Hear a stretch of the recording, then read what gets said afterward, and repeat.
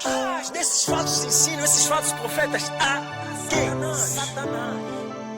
Se eu disser que muitos desses pregadores hipergracistas são filhos do diabo, o que é que vocês dirão? Vocês dirão que isso é radical a demais. falsidade. Por quê? O momento que o cristianismo foi mais forte foi quando sempre existiu pregadores sinceros no púlpito. Por isso que você vai notar que no Antigo Testamento, quando o povo de Israel se desviava, eles eram chamados a se lembrar daquilo que Deus tinha feito por eles. Porque eles não poderiam perder as realizações de Deus na vida deles. Da mesma forma também, eu quero dizer que nós não podemos perder as realizações de Deus na nossa vida. Quando chegar as lutas, quando chegar os momentos difíceis, nós temos que tomar um tempo, analisar, tomar um tempo, pensar, refletir sobre aquilo que Deus já fez nas nossas vidas. E eu tenho pensado bastante sobre aquilo que Deus já fez nas nossas vidas, em como Deus nos levantou. Hoje nós somos CAM. Um dia nós éramos Fábrica dos Campeões. Antes de ser Fábrica dos Campeões, um dia nós éramos membros de um grupo de oração. E quando começaram agora a fazer culto de velas lá, e dizem que eles que é Espírito Santo, mas não é Espírito Santo. Começaram a revelar culto de vela. Era um grupo de oração chamado a Palavra de Deus. Mas a Palavra de Deus não era o centro daquele grupo de oração. Então começou a surgir revelações estranhas. Decidimos sair. E se antes nós sermos mesmo o campo, onde nós saímos. E muito antes nós nos tornamos também a Fábrica dos Campeões, que foi antes, entre o grupo, a palavra que nós fazíamos parte. Antes de nós sermos Fábrica dos Campeões, nós éramos um grupo de oração chamado Grupo de Oração do Bairro Cabaçango, através do Ecos do Evangelho lá do Tendequele. Então, aquele coro, eles têm tido grupo de oração em vários bairros. É um coro grande. Então, aos domingos, eles se reúnem sempre, domingo de tarde. E, como eu já era um pregador lá, decidiram me colocar como líder do grupo de oração do bairro Cabaçango.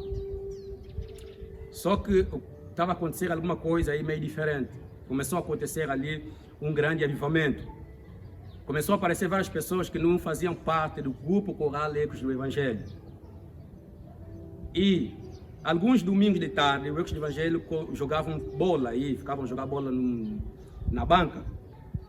E nós, quando tínhamos aquela sede de Deus, aquela vontade de Deus, preferíamos não jogar bola e ficávamos a cultuar.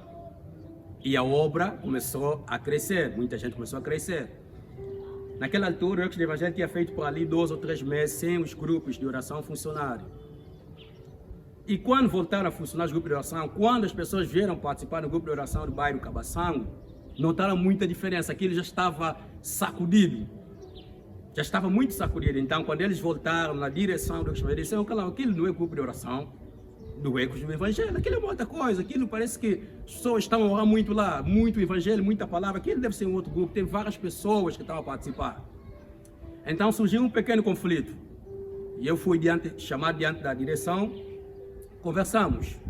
Eu fiz uma proposta para eles: o que vocês acham de formarem um outro grupo de oração do bairro Ecos do Evangelho e deixar esse grupo para me dirigir? Vai ser um grupo fora do grupo oral Ecos do Evangelho. E eles aceitaram. Então foi daí que desse grupo, de tanto orarmos, de tanto fazermos programas de oração, surgiu a Fábrica dos Campeões. E da Fábrica dos Campeões, como não queríamos resistir com o nome Fábrica dos Campeões, decidimos colocar um outro nome. Não porque a Fábrica dos Campeões deixaria de existir, mas decidimos mudar o nome e resistir em um outro nome. Por isso vocês verem, Fábrica dos Campeões não é tão diferente assim com Centro de Avivamento e Missões, porque a tendência era que um lugar onde as pessoas são transformadas e são levadas a serem campeões. Então procuramos o nome Centro de Avivamento e Missões. Nós entendíamos campeões daquela maneira, como pessoas que vão fazer a obra, como pessoas que são missionários. Então procuramos um outro nome não tão distante. Então é dali que surgiu o Centro de Avivamento e Missões. E de lá para cá, queridos irmãos, foram muitas lutas, foram muitas batalhas. Famílias se levantaram, igrejas se levantaram, muitos irmãos estão aqui, sabem muito bem, o Beijo Casimiro está aqui, sabe, que eles foram expulsos lá na Assembleia, né? Na Assembleia, porque eles decidiram continuar a buscar a Deus do jeito que como já estavam a buscar naquela altura, então foram expulsos. De todas essas lutas, queridos irmãos, que nós passamos, que nós enfrentamos, todas essas batalhas que nós enfrentamos, nós permanecemos firmes. Irmão, nós permanecemos firmes. Foram várias lutas, a minha família se levantou, muita coisa aconteceu, mas nós permanecemos firmes.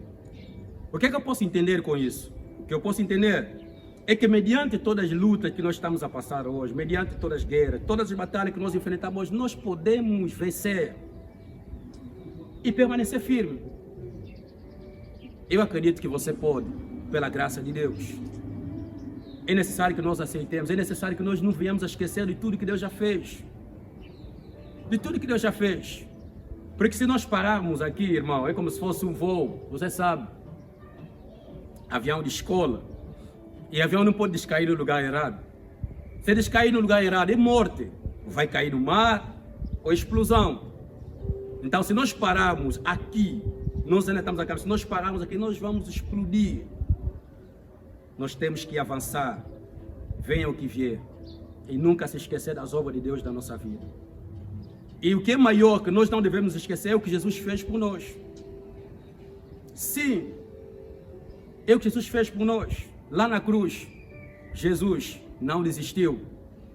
Nós na sexta-feira passada estávamos aqui no APS e nós falamos de São João 13:1. A Bíblia diz: Jesus, sabendo que ia chegar a sua hora de passar deste mundo para o Pai, tendo amado os seus que estavam no mundo, amou-os até o fim. Ali é um ênfase, apresentar de que Jesus, momentos difíceis haviam chegado, momentos duros haviam chegado. Mas naquele momento, João ao escrever, ele disse que ele decidiu amar os seus até o fim. Mesmo com as lutas, decidiu amar até o fim. Nós temos que continuar. Amém? Então nós lemos aqui em Gálatas, Paulo dizendo aqui, Paulo diz aqui no versículo 18, é bom ser sempre zeloso. Paulo está dizendo aqui aos crentes da Galácia, é bom ser sempre zeloso pelo bem, e não apenas quando estou presente convosco. Paulo está dizendo que eles devem continuar a ser zelosos. E este zelo que Paulo está a apelar aqui aos crentes da Galácia, deveria ser um zelo não por hipocrisia, não porque Paulo estava presente, não por causa da presença de Paulo. Eles, mesmo quando eu estiver ausente, vocês devem continuar a ser zelosos. E nós entendemos que esse zelo é o zelo pelas coisas de Deus. Pelas coisas de Deus.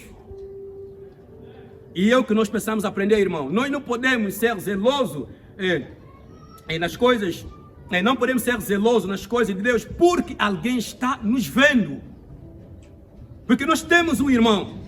Porque nós temos alguém ao nosso lado, então, por causa da presença de alguém, eu vou ser zeloso. E quando a pessoa não está comigo, não vou ser zeloso. Isso não deve acontecer.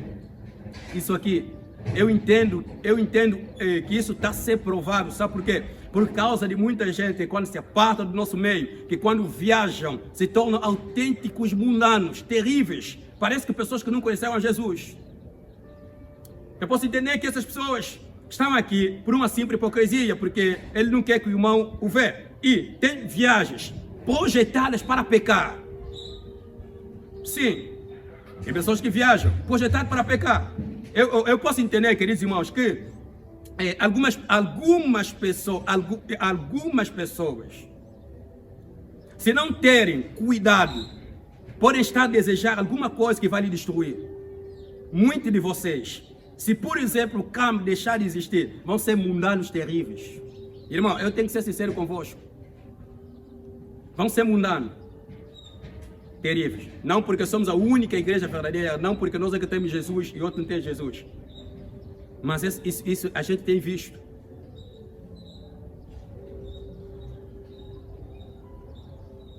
Você já se viu um crente, você já se viu um bom cristão, por exemplo, você já se viu um crente de verdade, como você está desejando as coisas de Deus, por exemplo, se o campo deixar de existir, você já mediu isso com a tua vida com Deus? Você já tentou medir isso?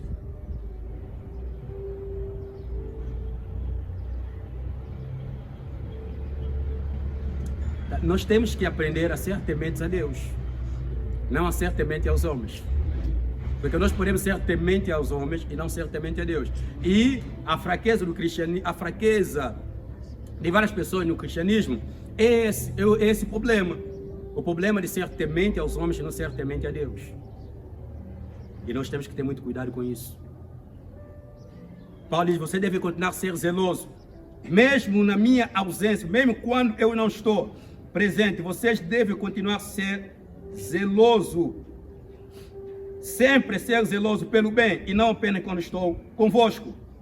E ele diz aqui depois, versículo 19: meus filhos, por quem de novo sofrem dores de parto, até ser Cristo formado em vós. A outra preocupação de Paulo aqui, primeiro ele faz apelo ao zelo aos crentes, para que eles fossem realmente zelosos, não porque ele está ali presente, mas o outro apelo, o outro assunto que ele apresenta aqui é o que ele está sentindo, é a preocupação que ele tem, é a grande preocupação que ele tem. Paulo está apresentando a preocupação dele como uma mulher que está a dar, que chegou o momento de dar à luz. A mulher está com dores de parto. Quando a mulher começa a ter as dores de parto, que estão falando bem, vocês fizeram a medicina, a mulher começa a ter as dores de parto, até porque o bebê está para sair. É isso, né? Está para dar à luz. E é uma dor intensa. É uma dor intensa. E Paulo está usando esse emblema, essa imagem, para apresentar aqui a preocupação que ele tem diante desses crentes aqui. Paulo está dizendo, eu sinto dores de parto, até Cristo ser formado em vós. Paulo está dizendo, eu estou muito preocupado com vocês. E a minha preocupação é trabalhar de tal modo que Cristo seja formado em vocês. Irmão, essa aqui é uma das grandes preocupações do verdadeiro servo de Deus, do verdadeiro pastor, um verdadeiro homem que Deus levantou. Ele tem dores de parto, ele tem um sentimento profundo, de modo que as pessoas sejam como Cristo, não como ele, mas como Cristo. Como Cristo. E hoje, no século 21, no nosso tempo, essa dor, esse sentimento, quase que não se vê diante daqueles que dizem ser servo de Deus. E as pessoas se contentam quando alguém fica parecido com o pastor, fica tipo aquele pastor, fica guarda cabelo tipo aquele pastor, a pessoa se contenta com isso, que é meu filho na fé, tem que ser parecido comigo. Mas se nós ficássemos muito atentos, olhar as pessoas e ver se realmente eles estão a ser parecidos com Cristo, nós às vezes iremos nos entristecer com o tipo de cristianismo que está a ser produzido hoje.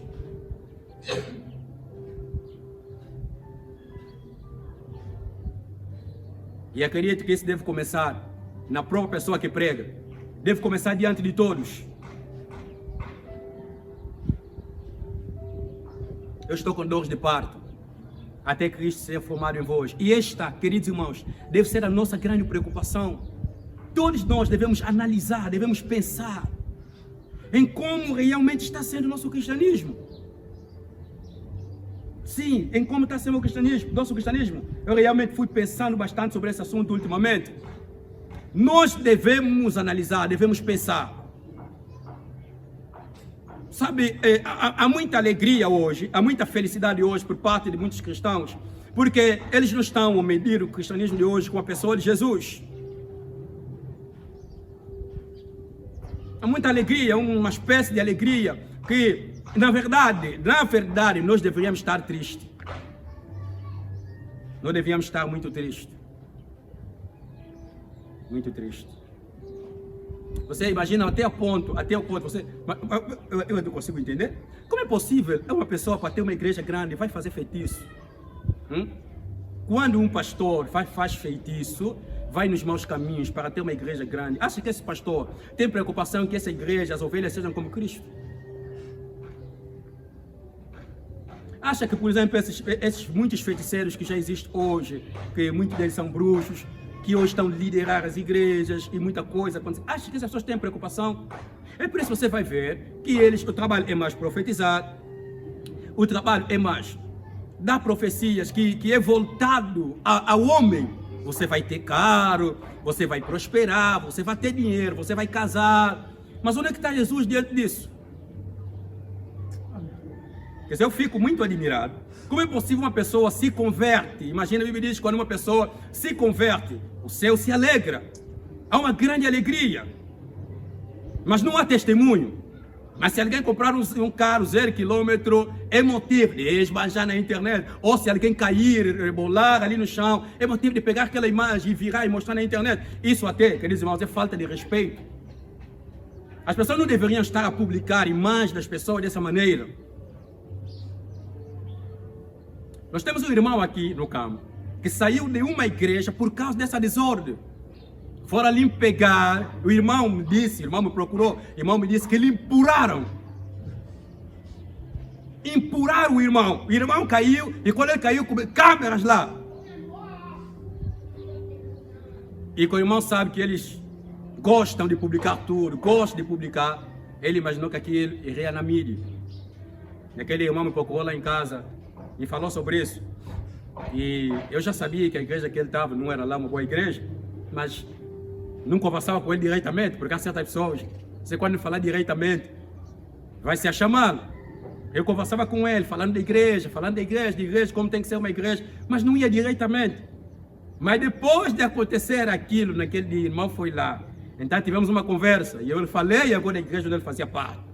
E naquele dia, o irmão ficou nervoso comigo. Me disse, mas eu não vir aqui, você nunca me falou a verdade. Eu disse, afinal existem pessoas assim. Entendi que há mesmo pessoas que dizem, irmão, você tem que falar a verdade. Tem que dizer mesmo a verdade. No dia que ele conhecer a verdade, irmão, ele vai te culpar. Vai te culpar. Todo aquele tempo que ele foi enganado, foi mentido. Quando ele tiver noção da verdade, ele vai te culpar. Então, fala a verdade, vai lhe falar, mesmo se não aceitar agora, um dia ele pode aceitar. Irmão, Cristo está sendo formado em nós. Nós estamos a ficar parecidos mesmo com Cristo. Nós estamos a ficar mesmo parecidos com Cristo. Há pouco tempo eu falei aqui, eu disse aqui, irmãos, nós somos de Deus. Nós somos de Deus, sabiam disso? Nós somos de Deus. Quem nos fez é Deus. E é Deus que decide como nós temos que viver. Eu ou não é? Mas se Ele é que nos fez. Mas só que nós hoje viramos Raimundo, nós estamos a fazer nossas coisas do jeito que nós estamos a pensar, do jeito que estamos a querer. Mas é Deus que nos fez. Eu acredito, irmão, que ter uma vida de adoração não é cantar no grupo coral. Eu acredito que ter uma vida de adoração a Deus, de louvores a Deus, não é cantar no coteca, no cojecô, piloto. Pronto. Eu acredito que ter uma vida de adoração, queridos irmãos, ter uma vida de louvor e adoração, é viver fazendo aquilo que agrada a Deus. Amém. Sim, nós somos grandes adoradores. Quando nós temos uma vida que glorifica a Deus, irmão, nós somos, cara, mesmo se você nunca cantou muito, mesmo se a tua voz sai zingo, tem uma voz que não sai bem, irmão, você é grande adorador. Amém. E são esse adorador que Deus procura. Amém. Não vai nos confundir que aquele que está cantando lá uma voz soar assim, está aí assim, grande adorador. Não, grande adorador é aquele que vive segundo a vontade de Deus. Nós temos que ser sinceros com os cotequistas, nós temos que ser sinceros com os de Coneá, desses coros ali, desses papás ali que fumam e bebem antes de cantar no coro. E lhes ajudar para que eles se despertam cedo. Porque eles vão fazer concorrência dele, desafio, quem vai cantar mais, não estão na preocupação com salvação. No final de tudo, onde é que eles vão estar?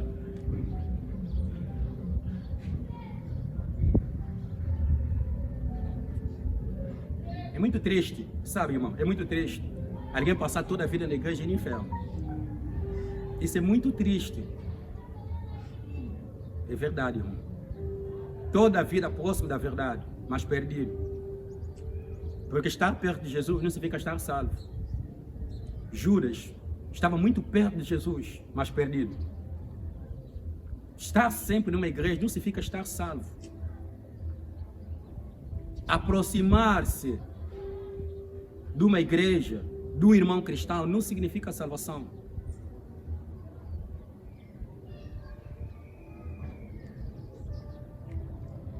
Amém? Amém. Eu vejo aqui o desejo de Paulo diante dos crentes de Gálatas. O grande desejo de Paulo não é que os crentes da Galácia tivessem carro, tivessem... Até, graças a Deus, os servos de Deus da Bíblia não ficavam preocupados com essas coisas. Sabe disso, né? Os servos de Deus da Bíblia não ficavam preocupados se você vai ter carro. Nem mesmo até casamento, se eles ficaram tão preocupados assim. Se casamento foi exaltado como é exaltado hoje. Parece que quem casou é que é abençoado. Quem não casou é que é amaldiçoado. E quando a pessoa não casa, sente que a vida não está bom, essa coisa toda por ali. Quando a pessoa não tem emprego, começa a se sentir bem triste. Nós temos crentes que ficam muito tristes por coisas pequenas. Você vê crente, está sentindo vergonha de si mesmo. Ele é cheio de Espírito Santo, mas tem vergonha porque ele está andando a pé. Está vendo? Está envergonhado. Porque ele não tem carro. Porque o mundo exaltou o materialismo. Nós temos que reverter as coisas. Deus é maior que tudo. E por isso nós andamos muito tristes. Você está vendo? Muito triste. Ontem eu me cruzei com um jovem. Aquele jovem é muito inteligente. Eu não sei se ele é cristão ou não, mas ele faz parte dessas igrejas tradicionais. Eu me cruzei com ele. Aquele jovem estudou em licenciado. Mas quando eu me cruzei com ele, eu senti... Porque já me cruzei com ele 2 vezes. Quando eu me cruzei com ele, eu senti que aquele jovem anda, como é que eu posso dizer? Cabisbaixo, né? Não sei se tem outra palavra que eu posso... Anda muito cabisbaixo, quer dizer que acho que o estilo de vida que ele sempre almejou, ele não conseguiu. E ele anda envergonhado, não sei se é envergonhado, como é que eu posso dizer. Anda muito cabisbaixo, estás a ver?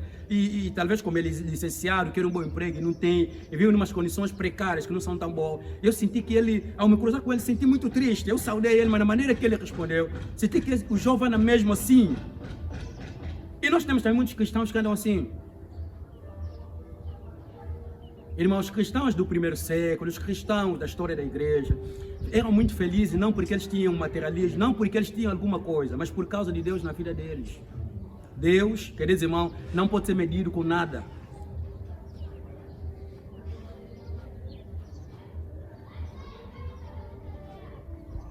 Você não está triste? Não está conseguindo emprego? Você consegue cumprimentar alguém que está com um grande carro, com saudá-lo mesmo com vida? Está tudo bem? Se você está andando a pé, saudá-lo, você olhou, é teu amigo, quer dizer, tem a mesma idade, mas você está saudá-lo com vida. Nós precisamos. Amém. Deus é a nossa alegria.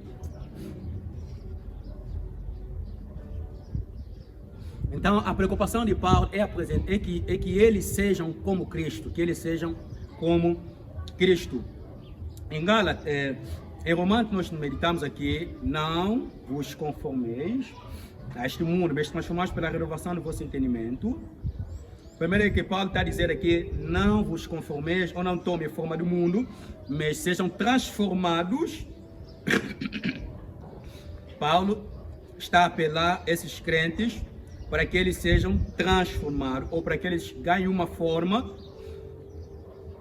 sejam transformados, mas transformai-vos pela renovação do vosso entendimento, para que experimenteis qual seja a boa, agradável e perfeita vontade de Deus. Aqui, Paulo está proibindo que eles tenham a forma do mundo, que sejam parecidos com o mundo. Em Gálatas ele diz, eu sinto dor de parto até que Cristo seja formado em vós. Ele diz, não tome forma do mundo. Não ganhe a forma do mundo. Vocês não podem ser tipo mundanos. Porque vocês não sois do mundo. Vocês não sois do mundo, vocês sois de Cristo. Então vocês devem ter forma de Cristo. Vocês devem ganhar a forma de Cristo. Cristo deve continuar a ser formado em vocês. Irmão, quando nós meditamos a palavra de Deus, é para que Cristo seja formado em nós. Sim, você não pode sentir vergonha de ser humilde. Não sinta vergonha. Não, se eu praticar a humildade, talvez vão me desprezar, então tem que lhe mostrar, tem que... Não. Onde a Bíblia diz que você tem que se humilha. Deus estará sendo exaltado, não é você que deve ser exaltado. E como nós às vezes queremos ser exaltados, onde nós temos que cumprir alguma coisa que a Bíblia diz, nós não estamos a cumprir. Porque nós queremos aparecer onde Deus deve aparecer. Nós gostamos daquela frase, importa que ele diminua, como é que é? Importa que eu diminua e que ele... Irmão, João Batista não falou aquilo por falar, era a vida dele. João Batista não falou por falar, nós fazemos música, cantamos isso, mas João Batista não falou por falar, era a vida dele. Jesus falou dele. Amém? Amém. Então a forma que nós precisamos ter é a forma de Cristo. Vamos só ler mais um texto aqui. Efésios capítulo 4.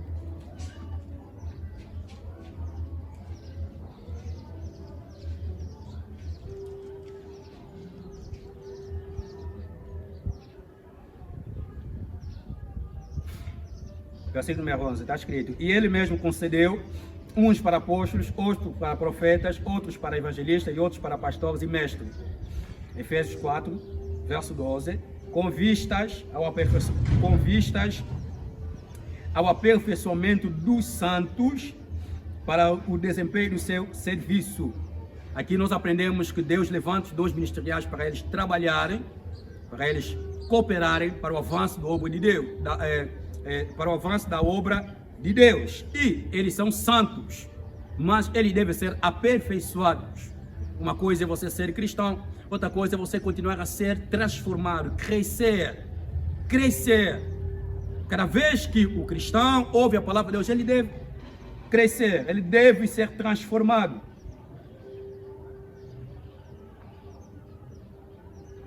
Para a edificação do corpo de Cristo. Verso 13. Até que todos cheguemos à unidade da fé, do pleno conhecimento do Filho de Deus. Vocês estão vendo que o auge aqui é o Filho de Deus, o auge aqui é Cristo. A perfeita varonilidade, a medida da estatura da plenitude de Cristo. Tudo quanto Paulo está falando aqui, o auge é Cristo. Versículo 14.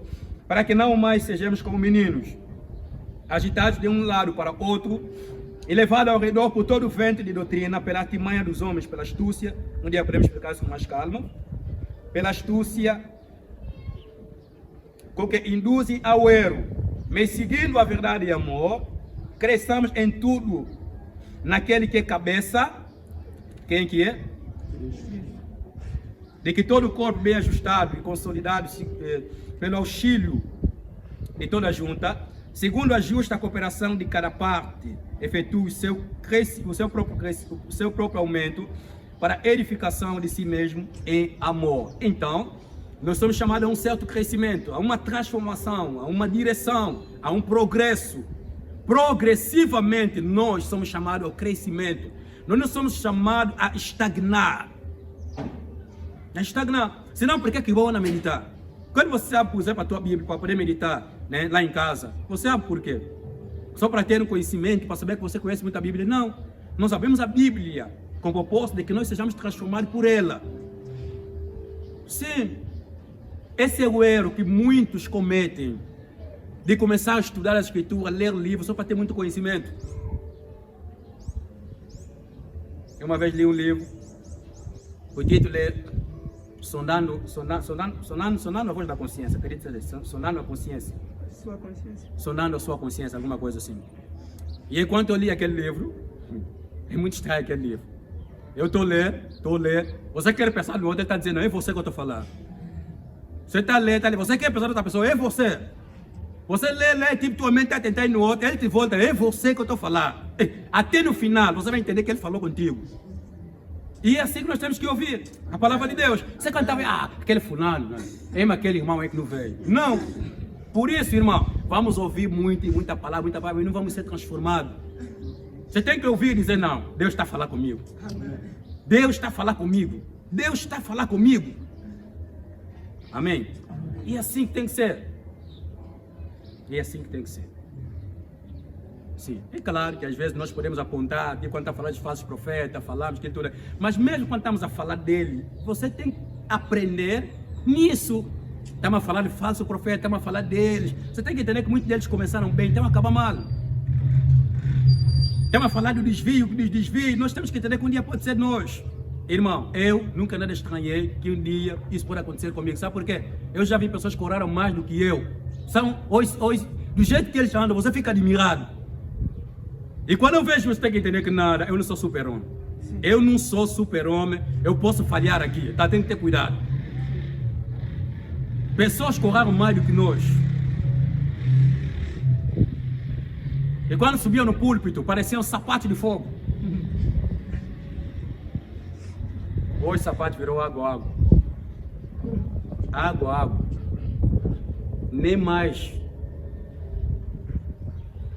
prazer de falar das coisas de Deus eles têm. Isso não deve acontecer conosco. Amém? Irmão, o apelo que eu faço para nós aqui, vamos concentrar um pouco mais no nosso cristianismo. Vamos ainda mais procurar nos concentrar no nosso cristianismo. Vamos ainda ficar um pouco concentrados sobre o nosso cristianismo, porque as coisas não estão bem. Não vamos deixar que as coisas continuem assim. Não vamos deixar. Sim, eu disse aqui, você está preocupado com o seu trabalho, você está preocupado com outras coisas, idade está aí, não estás casado, preocupações da vida. O cristianismo é maior do que isso. Eu posso ser sincero convosco aqui, né? Posso, né? Graças a Deus. Eu sei que vocês são crentes e nós, os pregadores aqui, temos sido sinceros, e eu vou ser sincero. Eu não posso mentir para vocês. Alguns de vocês aqui podem morrer daqui a alguns anos. Amém. É possível que alguns de vocês aqui possam morrer. Amém. Amém. É bem possível que daqui a 2 anos, alguns de vocês estão me olhando. Você está me olhando. Você pode morrer daqui a pouco. Eu posso morrer. Amém. No próximo mês você... Está muito próximo, né? Sim. Pode acontecer, irmão. Glória a Deus, amém. Paulo, no final da sua carreira, no final já de tudo, Paulo disse: eu combati um bom combate. Eu combati um bom combate. Paulo, ele guardou a fé. Agora você, quando chegar no final da tua vida, vais falar: combati um bom combate, ou vais confessar os pecados?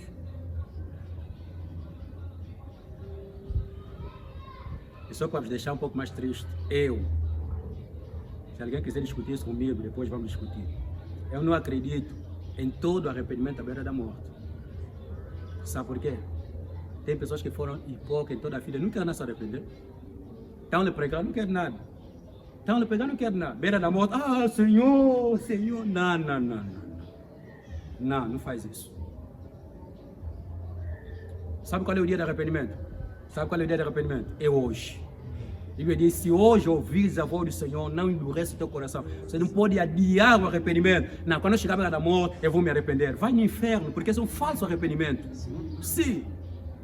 Você está vendo aquele teu vovô aí, tô bem velho, só esperou a beira da morte para se arrepender, ouviu tanto evangelho, você tá lá: ah, meu, foi no céu. Eu acho que Deus é boneco, né? Acha que Deus não sabe a intenção do coração dele, que só está lhe precisar à beira da morte. Em toda a vida Deus lhe procurou e ele negou. Irmão, não vamos brigar com coisas sérias. Sim. Isso é muito sério. Amém? Fechar nossos olhos.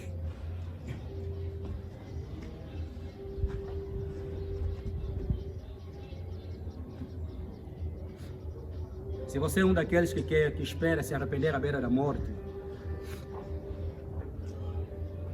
se você está consciente de que até nesse momento, ao invés de Cristo continuar a ser formado em ti, Cristo não está mais a ser formado em ti. A palavra que devia te transformar não está mais te transformar. A sensibilidade que você deve ter para que a palavra te transforme, você não tem mais. O cristianismo que você precisa, você não tem mais. A humildade que você precisa, a vida de oração, a comunhão, a devoção, o qual somos chamados a progredir, você não tem mais. Irmão, nós precisamos orar, precisamos falar com Deus. Você precisa abrir o teu coração nesse momento. Abre o teu coração. Você tem que parar de abrir somente os teus lábios.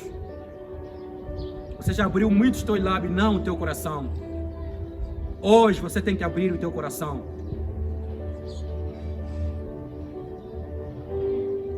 Eu não vou te pedir para você começar a orar. Esteja à vontade, irmão. Esteja à vontade. Oh, Jesus. Jesus, vem, me toma. Oh, Jesus.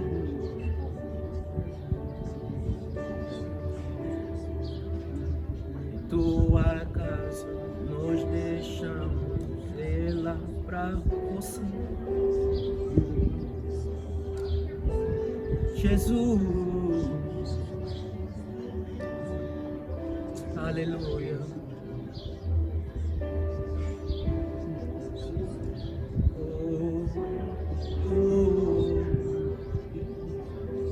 Jesus.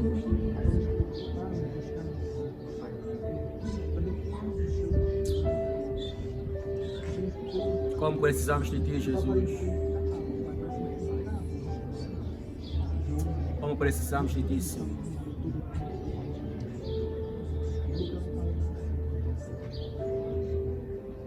Como precisamos de Ti, Pai.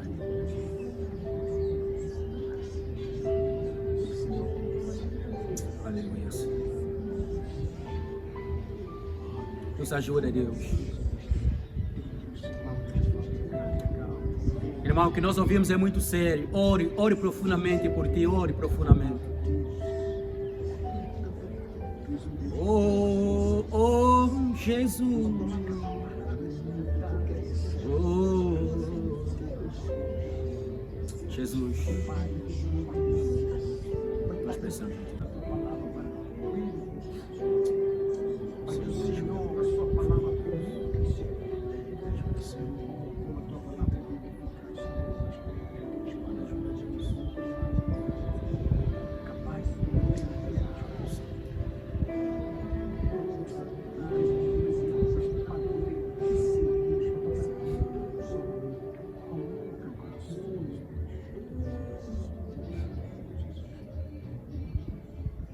Você cantar esse louvor, por favor, nos ajude. Onde guiar-me, meu Senhor, te seguirei, por teu amor é tua mão que me conduz. Por me ferida sobre a cruz, guia-me sempre, meu Senhor, guia meus passos, oh Salvador. Tu me compraste sobre a cruz, guia-me todo, meu Senhor, guia-me sempre.